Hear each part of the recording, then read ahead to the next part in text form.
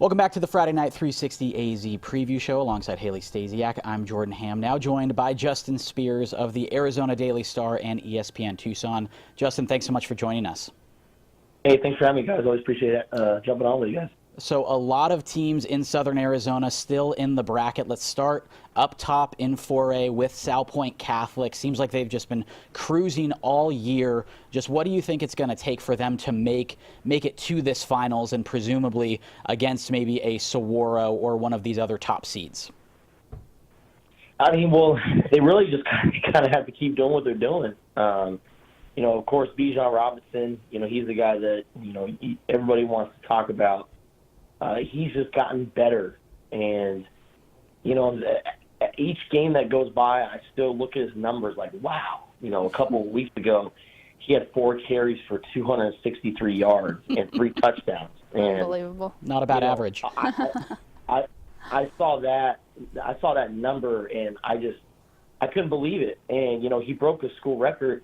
He had 172 yards just in one quarter in that game. And, I keep looking at his numbers every time he plays, and I just say, wow. And, every time that, he's getting better and, and you add in the Mario Padilla factor, who's a senior, he's been there and done that. He's now a 3-year starter.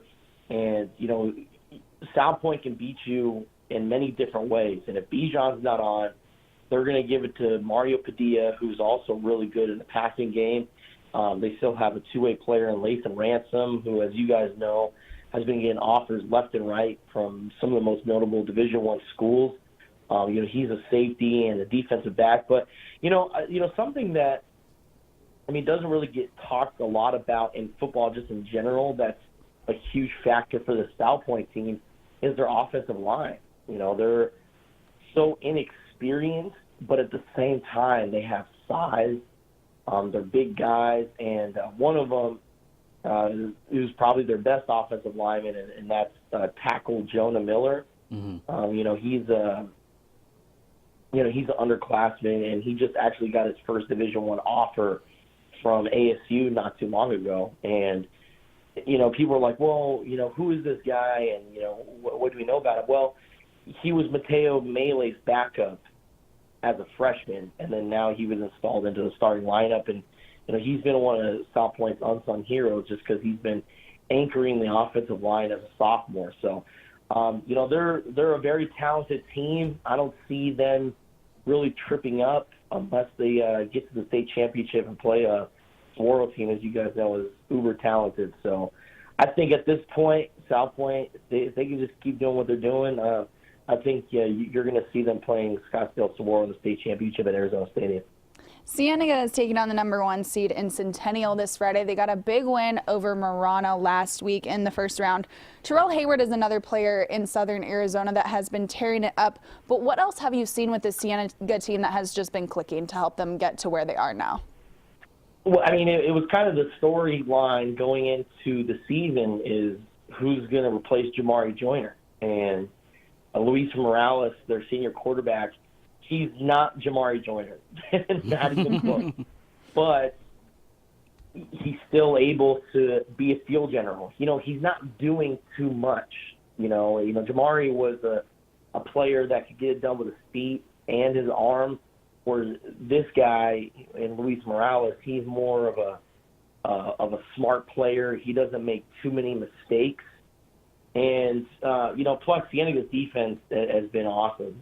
They have a really good defensive lineman / linebacker. He's the edge rusher. His name is Zach Mattis. And he's built like a tank. And he's built all over, or he's been all over for Cienega this year. And it's just the thing about Cienega is that loss to Ironwood really hurt them in the last week. They lost to Ironwood Ridge, which costed them a region title, but they fell in the rankings. And when you fall in the 5A or 6A rankings, that could really hurt you. Right. And they went from possibly hosting a second playoff game to now playing a Centennial team on the road and a team that beat them 35-0 earlier in the year. So it's going to have to take a perfect game just for Cienega to compete. But I don't know. I've seen some wacky things in high school football. We sure have. Going back to 4A, Tucson Saguaro gets another home game thanks to number 13 Seton Catholic upsetting number 4 Peoria. What have you seen the past couple of years about teams having to go up to Phoenix from Southern Arizona or vice versa, where they might have an edge with that home field advantage? And it's more so for Tucson teams. I just feel like Tucson always struggles up in Phoenix. I don't know why, but I mean, having another home game for Saguaro, I mean, that really helps them. And Saguaro is a team, and it's Saguaro with an H. Right. Yes.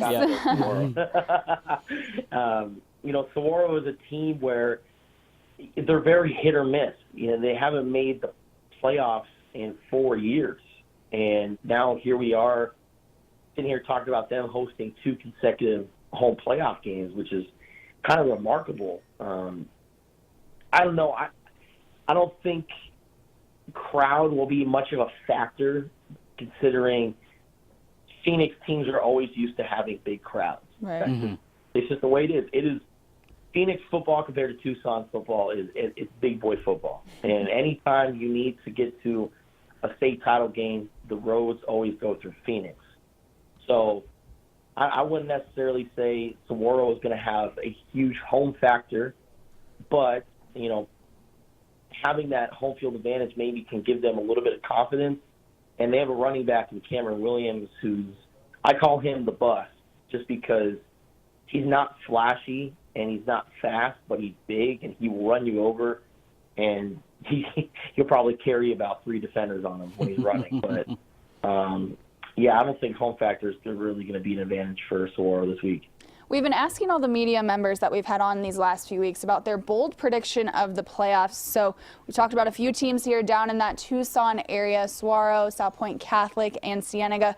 Do you have a bold prediction on what's going to happen in the playoffs with any of those 3 teams or any team in general here in the playoffs here in 2018?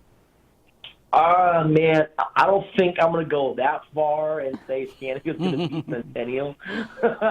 No, you don't want to make that bold prediction. We've made some pretty bold. We've heard and made some pretty bold predictions here.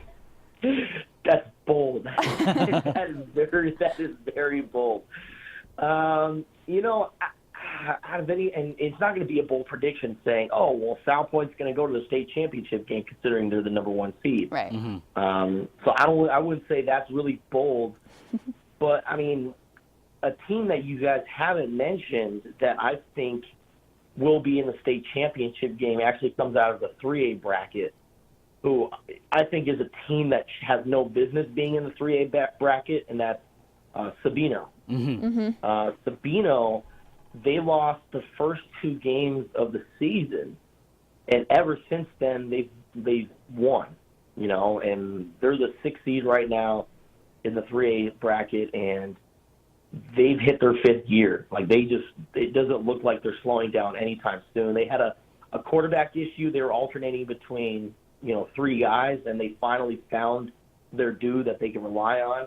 And as Sabino, they got some sneaky good players, and I think here in the next couple of weeks, you guys will be hearing about Sabino playing in the state title game. So that's my bold prediction. All right, there you go. Sabino, the 6th seed, That's a good one. going to the 3A state title game.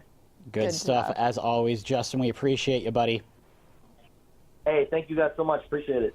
That was Justin Spears of the Arizona Daily Star and ESPN Tucson. Good stuff from him.